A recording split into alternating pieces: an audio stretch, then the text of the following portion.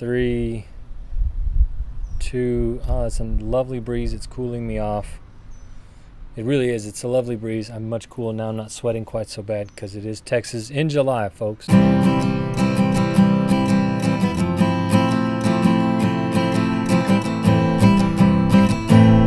guys, welcome back to the Oak Ember Podcast. So glad you're here. I hope you're having an epic day. And if you're here after watching episode number 1 on YouTube and you came back for a second time, thank you.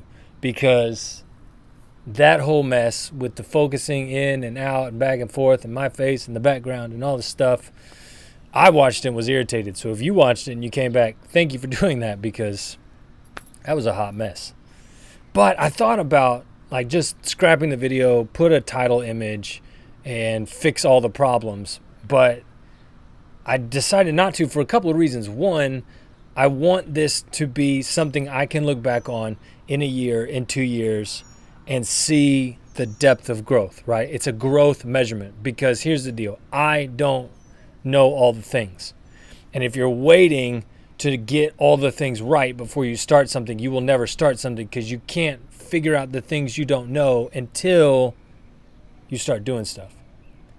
Which leads into number 2. It's an active battle against the ego. The ego is that thing that tries to keep us safe, tries to keep us hidden from the YouTube commenters. They're out there, as I understand it. It's that thing that tries to keep our image intact, tries to make us look good, whatever. And the ego is the thing that holds us back. Ryan Holiday writes a book about this whole topic called The Ego is the Enemy. And so I decided I'm going to put all my mistakes out there. I'm going to put them all out there. I'm going to grow, I'm going to improve, and I'm going to get better. So, all that said, if you watched this episode on YouTube and you came back a second time, thank you because you are helping me grow and get better. And that is a big part of what we do here at Oak Ember, the podcast. So, we're going to get into today's quick comment. And I don't have a specific political issue that I wanted to comment on today, more so just this thing that I'm observing in 2021. And I'm positive you guys have seen this happening out there. But there is for lack of a better term, a spirit of disunity that is attempting to infiltrate everything and destroy as much as possible. And that is on every side of the aisle, left, right, center, all of it. If you are hearing people talk about things that are segregational, that are designed to put a barrier between one group of people and another, then you are dealing with the issue of disunity. And there's a lot of that crap going on. There's a lot of that stuff that is trying to wedge itself between the people of this country who should be able to live side by side and have differences. And that's a problem because there are a great many entities in the world that would love to see a divided states of America. And would like nothing more than to see the land of freedom, this great experiment we call democracy, destroyed so that they can swoop in and take the joy, take the freedom, take the unity that we have. We have got to get back to a place of united in our agreement to live in freedom. There are things that people do on a daily basis that I can't stand, but this is America. It's America. Sorry, I had to. And we need to be united in the reality that you are free to live how you choose to. And I am free to live how I choose to, as long as I am not impeding on your freedom, your life, and your right to liberty. So all of this divisive language that we're using, terms like white privilege, terms like, doggone it, I had one in my head and it just left, critical race theory, all this stuff that is being proposed by extremism. On the other end of it, you have white supremacy, you have nationalism and tribalism in an unhealthy and unproductive manner. You have both of these things happening on both sides, and they are not helping us live in a unified country, and that's what we need. So that's the quick comment for today. This disunifying nonsense has got to stop. We have to find ways as men to work in collaboration with others without trampling their freedom and without having our freedom trampled. It just shouldn't happen. It's no good. Now, I want to get into today's topic. We've been talking in episode 1 about telling your story and why that is so important in the life of a man. You have to know your own story, because if you don't know your own story, you are asleep to the life that you are living. So, with that said, let's get into some practicals. How do we tell our story? And I'm going to give the practicals, and then I'm going to demonstrate the practicals by telling my own story. And I think, going back to what I said at the very beginning of this episode, is for me is as much a desire to help the men out there who want to learn this stuff as it is an exercise in just completely destroying the ego and allowing the truest nature of myself to run the show of my own personality and way of operating in this world. That's my goal. So, how do you tell your story? Number 1, see, I got the show notes, trying to, when you see me looking down, I'm doing the notes thing. If you're you're obviously not watching this on the podcast. If you're listening to it on a podcast, then never mind. Anyways, here we are. Number 1, you have to find a way to transcribe your story. You have to write it down, because if you only ever think about it internally, it just kind of becomes a spiral of things, and details that seemed really important in the beginning you forget, or you don't take the time to think through what actually happened in those parts of your life, right? So writing it down becomes a powerful way to both save the work that you have done, as well as actually thinking through, slowing down long enough to think about what it is that you're trying to say. What is it about your story that you're trying to communicate, right? And when you're writing these things down, that leads to number 2, which is look at, analyze, think about the story that you're writing, okay? What are the common themes? What are the details that keep coming up? What are the things that happened in childhood that somehow are finding their way into your college years or your adulthood? For some of you guys out there, you might only be in your 20s. You might only actually have this much life that you've lived. And there may not be a lot of common theme or common details that stand out. So you've got to think more about, what are the things that I want to be true about my story? And start thinking and writing that stuff down in future authoring, right? Jordan Peterson has a great program on future authoring. You should go check that out. And then number 3, you have to find people to share your story with. And I would encourage you to find an older man in your world somewhere that has lived some life. And for my 20s and 30-something men out there, I'm not talking about a guy in his 40s. Go find the gray hairs. Go find the men who have lived a fantastic life. Go find those guys and ask them to listen to your story, because they have enough life experience to be able to hear your story and speak into it in a way that's going to help you refine your story and how you tell it. So you've got to have older people speaking into your story, older men who can look at the life that you've lived and speak some life into it, speak some wisdom into it, give you feedback on how you're doing telling your story. Honestly, 20-year-olds shouldn't be telling their story to 20-year-olds, because that 20-year-old doesn't have enough life experience to actively impart wisdom. Sorry, 20-something dudes, you guys are awesome, but you haven't lived enough life. I'm 38. I have not lived enough life yet to actively speak into most people's story. That's, for me, I hope 20, 30, 40 years from now. And part of that is, if you found an older man whose respect, that's not how I want to say that. If you find an older guy who has lived a life that you want to emulate, then that person definitely should be somebody you share your story with, because they weren't just successful for a decade, they were successful for a handful of decades. And that's somebody you want speaking into your life.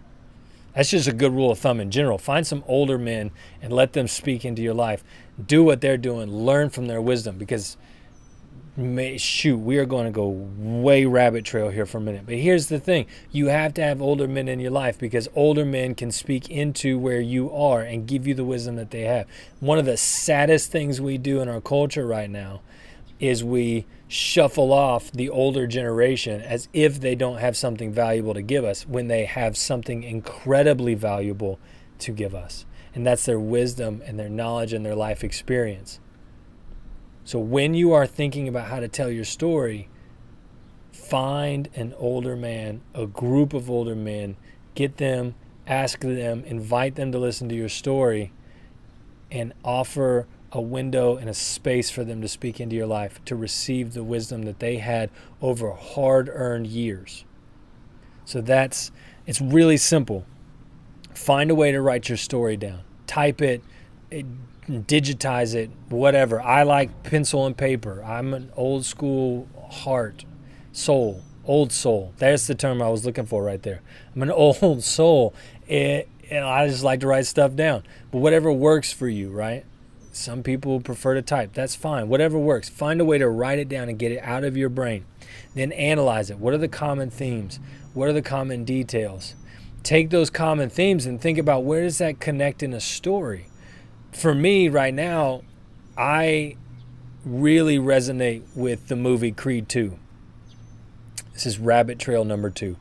I really resonate with the movie Creed 2 because I feel like where I am in my journey is, and this will make sense when I share my story, but where I feel like I am right now is, I just got the dog mess beat out of me by Creed Jr., or not Creed, by Drago Jr., and now I'm trying to piece myself back together and get back in the ring. And in a lot of ways, this podcast is, for me, an attempt to get back in the ring. And so when I think about my story, when I share my story, I connect to that movie, and that gives me a metaphorical idea of where I am in my journey. And I love that, because Creed wins in the end. And man, I would love to win and see my family enjoy the victory of living life well.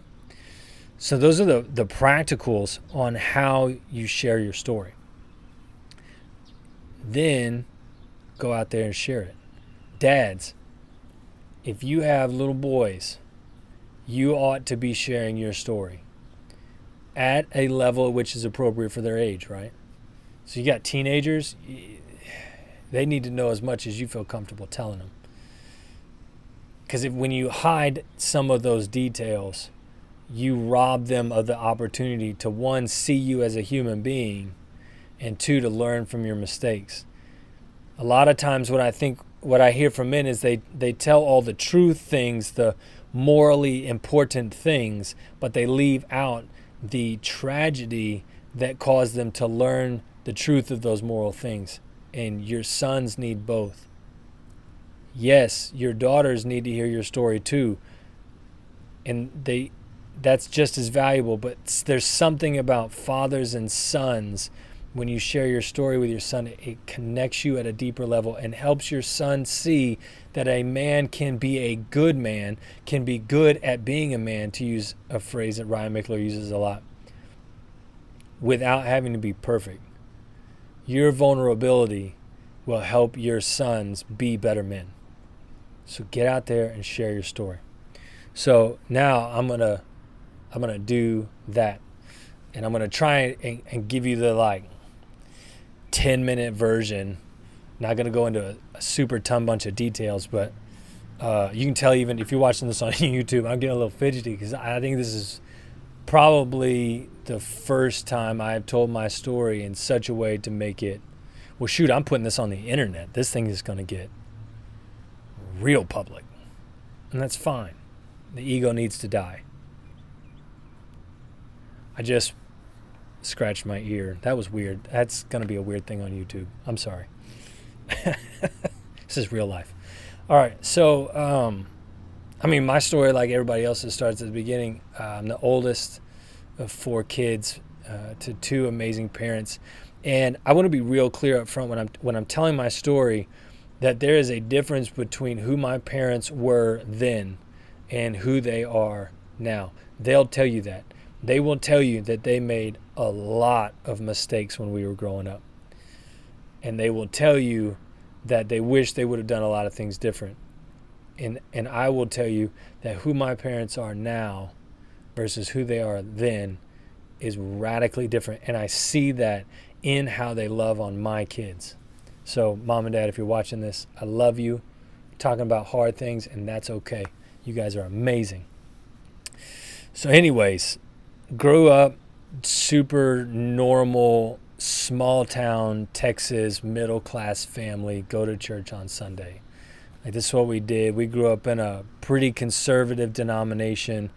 I tried real hard to do the good church boy thing and just wasn't good at it on the inside. I was great at the church thing on the outside. I could conform and chameleon myself to fit in, while on the inside just squirming with how uncomfortable I felt in the spaces where I was, whether it was at the church or at school.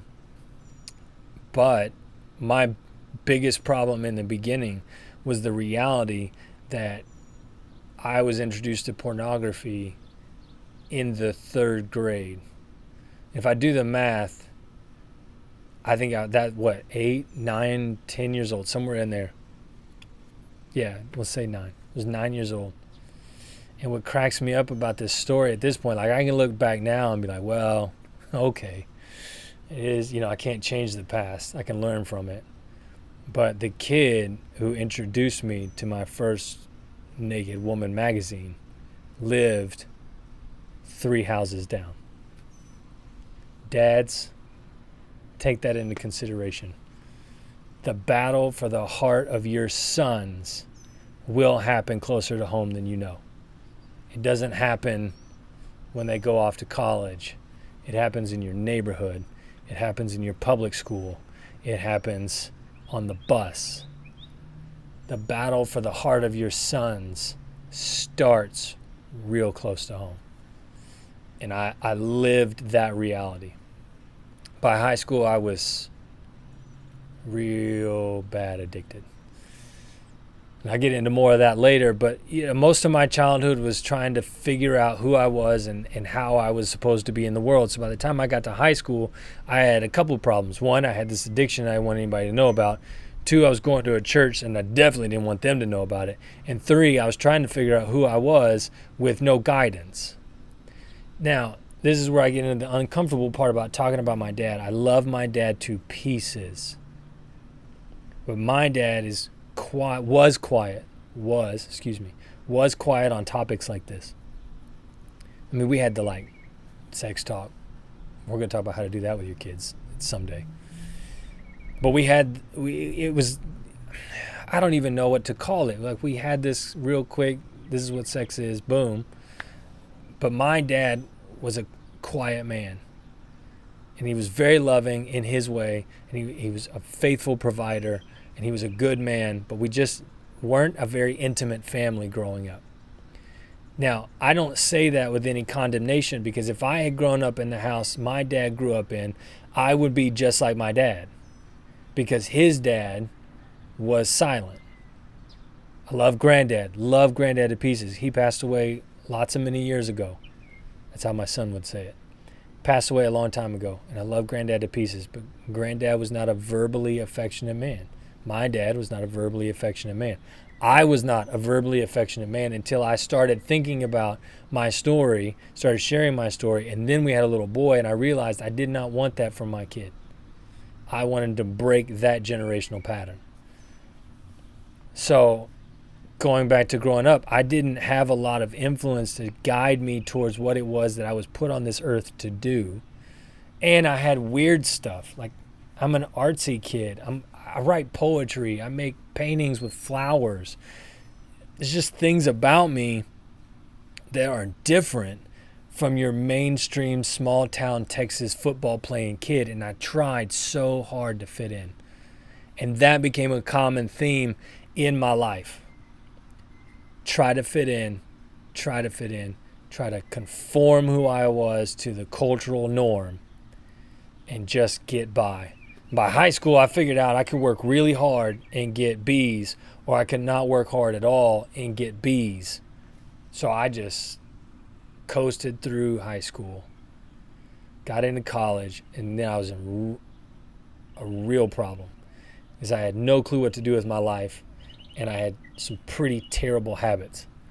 And I went to a school my first year in college that gave computers to everybody. Now this is like, oh man, what is that, 2001, before mobile computers were even kind of a big deal. But we had this real fancy thing called Wi-Fi. I know. We had Wi-Fi and we had portable computers. Let me tell you about how that's a bad idea for somebody with a pornography addiction. I was drowning.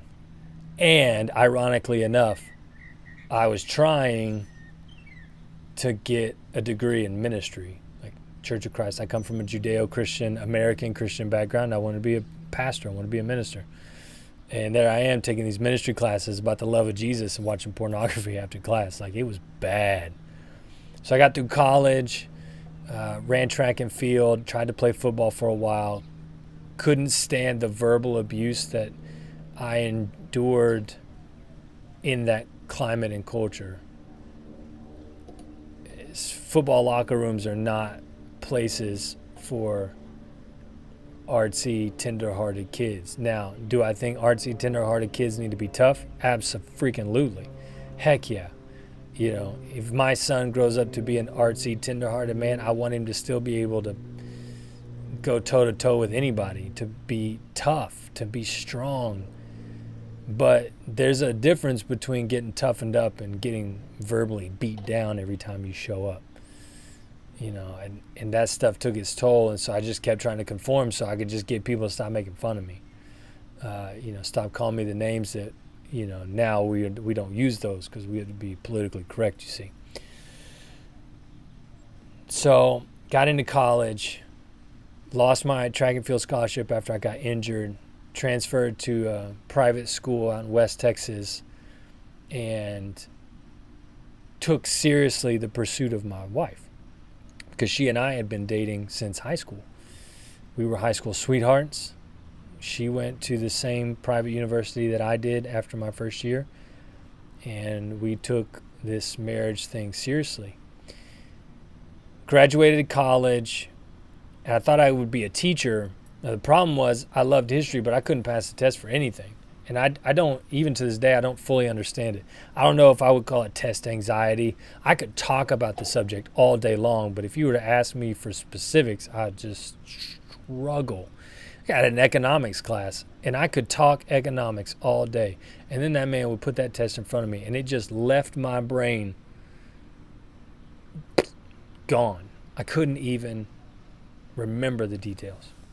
So I got an interdisciplinary degree. My wife and I got married our senior year in college. And now I'm trying to figure out, how do I provide for this real pretty lady that shares a bed with me? That was cool. And, I don't know if that was the best way to say that. Oh well. So I got an interdisciplinary degree. Worked 3 jobs so that she could student teach because she wanted to be an educator. I wanted to be an educator but couldn't pass the test, so I got out. And after I graduated, I worked for the corporate America scene. And I lasted there about 6 months. I hated everything about it. Everything about it ground on my soul. And so 6 months after graduating from college, I was unemployed. I was putting on weight. And I was slowly dying on the inside. Because I had no purpose, no goal to aim at, no target by which I was getting up every morning and shooting at. And 6 months of unemployment, I packed on 50 pounds maybe. I think I was creeping up on severe overweight. I was sitting in a recliner, eating Chips Ahoy cookies and watching pornography. And that was the totality of my life. And it was pretty terrible. got into a bet with my parents about who could lose weight first, won that bet, and then decided after 6 months that I should at least substitute teach so I could figure out if this teaching thing was for real. Did that, went back, finished my, what did I finish? No, I finished my teaching certificate. That's what I did. I finished my teaching certificate. I had graduated, had my degree, but I finished my teaching certificate and got a job in the little town of West where they sell the kolaches. And I started teaching art. And I figured out, I'll teach art because art's the only thing I've ever been moderately good at. So I got out, started teaching art, and things got better. Still struggle with my addiction problem. Still struggle with trying to find a place to fit in. We did the church thing. It was fine. I tried to fit in there. And I could walk the walk and talk the talk, but, secretly on the inside, I got all this crap that I'm dealing with. And a buddy of mine said, well, you should come ride a bike with me. I'm doing this thing called triathlon. And I said, what is triathlon, man? And he said, triathlon is this deal where you swim a little bit, you bike a little bit, and you run a little bit. And he told me the distance. And I said, dude, that sounds like the dumbest thing I've ever heard. Why would you do that? It sounds like pure punishment. He said, no, man, come on out. Just get on the bike. Come ride with me. So I got on the bike. He on his specialized, back then, aluminum bike, it was a nice bike back then. And I'm on my $88 Walmart mountain bike. And we're going downhill, and he is coasting past me, not even pedaling. And I'm churning my legs like I'm trying to churn butter, and couldn't even keep up. I actually have no idea what just happened. My camera cut off, and that's something else I'm going to have to figure out. More things to learn. Oh, good. Anyway, so started doing this triathlon thing with my friend, and at that season of my life, triathlon saved my life because I was in bad shape. Spent 3 years training triathlon, loved it to pieces, did a half Ironman at the end of that 3 years. But when that was up, I was tired of doing that and trying to find another place to fit in, so I got into CrossFit, did that for a bit. And then there's a big part of my story, and you have to understand, I come from a Christian background, and that is a part of my life. I am not going to use this podcast to try and tell everybody that they have to follow Jesus, but following Jesus is a part of my story. And for me, committing to following Jesus at that season of my life, right there where I was at the end of I was at the end of my rope. Life sucked. I was good at triathlon, but I had this addiction problem I couldn't get rid of. And I didn't know what else to do. And the church became a place of healing for me.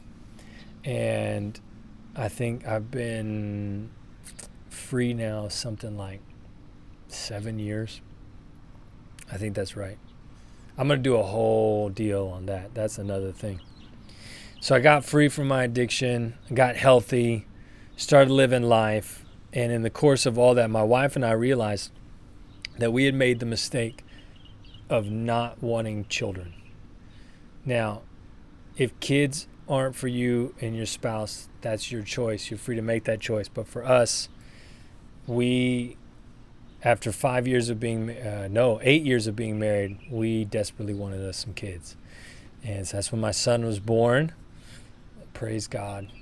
He is the coolest kid ever, man. I love that boy to pieces. And at that part in our journey, after deciding to follow Jesus, we changed church communities and started to get a passion for sharing what we believe to be good news with people around the world. And we spent 3 years training to be missionaries. That's what I wanted to do. I wanted to go out, tell people about how awesome Jesus is. So we trained for 3 years. We travel around the world. I've been to 9 different countries, 5 continents. Love traveling the world. Love being in other cultures. Love being in other places. Some of my favorite places are on the other side of the world. Got to do that for 3 years. And then my wife and I were 5 months pregnant with our daughter. We sold everything we owned except what would fit into 10 suitcases, and we moved overseas to work with an organization that I am not going to name, because even though my story takes a turn for the worst, I will not disrespect those that were a part of my story, even though some of those things were not good. So we went overseas, 6 months of living overseas. My daughter was born, and we found out, to what was our surprise, that we were not there to work long term, which is what we thought. We were there to be evaluated. And after 6 months of living overseas and changing jobs and having a baby, we were told that we needed further development and that we would be sent home. Or that it was, I don't know. I waffle back and forth between what the right language is. Were we sent home? Did we choose to go home? I think it's probably, honestly, all of the above, really. But it was one of the worst times of my life. Yeah, I had a friend that was on the team with us, and we were having lunch, and he said, man, this was before we found out we were going home. He said, you guys are doing so well. You've done the 3 things that drive men to midlife crisis. You've had a baby, you've changed jobs, and you've moved to another city. And we didn't just move to another city. We moved to another continent, another country, another culture, all the things. He said, but you guys you're holding it together really well. And I was encouraged by that because he was right. We were holding it together pretty well until we found out that we were in need of further development. And I'll tell you, by the time it was time for us to go home, I couldn't sleep. I was taking NyQuil in order to get a few hours sleep. I was desperately worried about what we were going to do for an income, what we were going to do for a job. I had been an educator for 9 years before we made this move, and I wasn't sure what we were going to do. And praise the Lord, man, found a job in the city where we live now. And so we came back to the States, broken. Our physical health was pretty bad. We were coughing stuff and having all kinds of physical ailments. And for the last several years, we've been trying to put our life back together, and I've been trying to, get back in the ring. And that is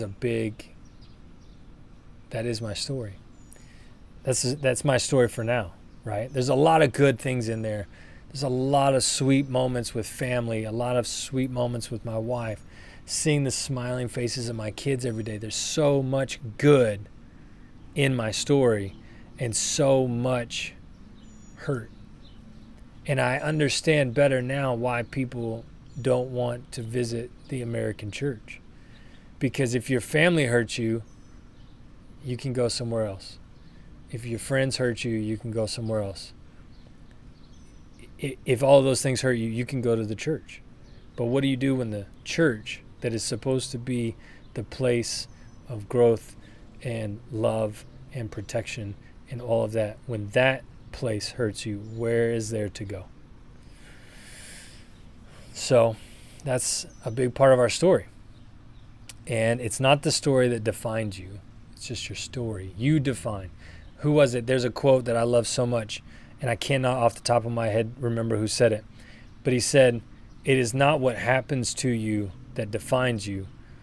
It is who you are and who you choose to be that defines you. And I just choose to be somebody who, absolutely, of course, I'm in need of further development. Who's not?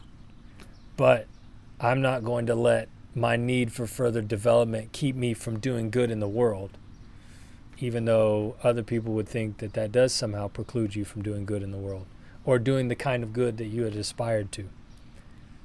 So that's my story. That's at least my story in this version for today.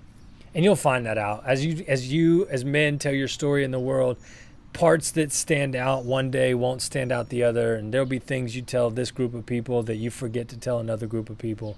You'll tell your story over and over and over again, and it'll have a common theme.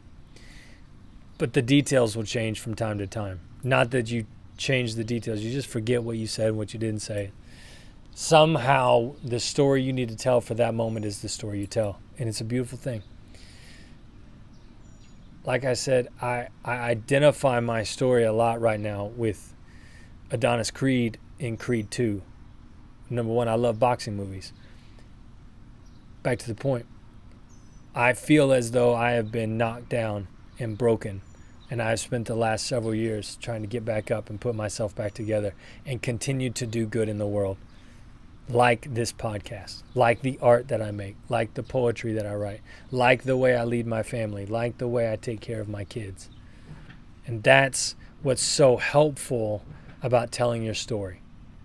If you take the time to develop your story, to look at your story, to analyze it, figure out what your story is, you will find the why, at least in part, you will find the why behind what you do and what it is that you are called to do.